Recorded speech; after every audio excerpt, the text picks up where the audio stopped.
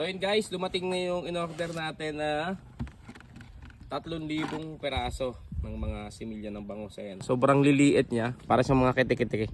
Bale, 3,000 peraso to in-order natin. Yan. Huhulog natin dito sa similyahan.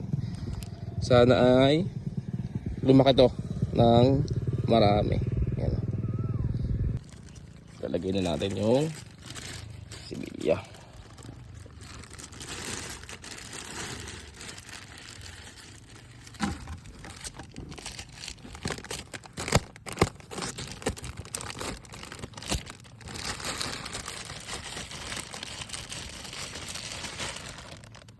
Yan.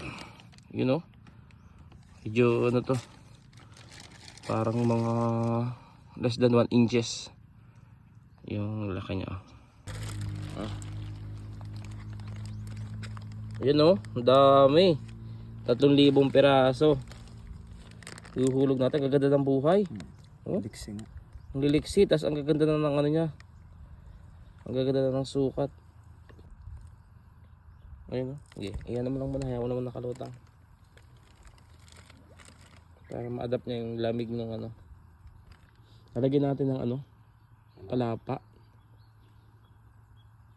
Pwede na siguro yan. Hindi makakalasalo. No? Dito ang baba.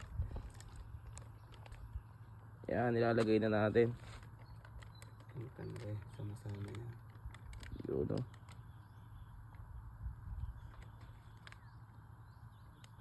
Wala akong makayo ko. Yan o. Sana mabuhay silang lahat. Yan, 3,000 pieces. Ayan o. Dami. Kanya-kanya na silang nangoy o. Kanya-kanya na sila ng ano, hanap ng pwesto. Kagandahan yan, sama-sama talaga silang lumalangoy.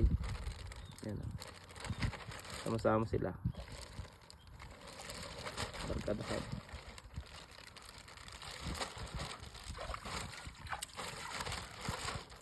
Bidirigtad mo? Lilikit eh. Isang peraso. Yan o. Magpakarami kayo, magpakabuhay. Matanda eh. Sama-sama na. Dami. Yan.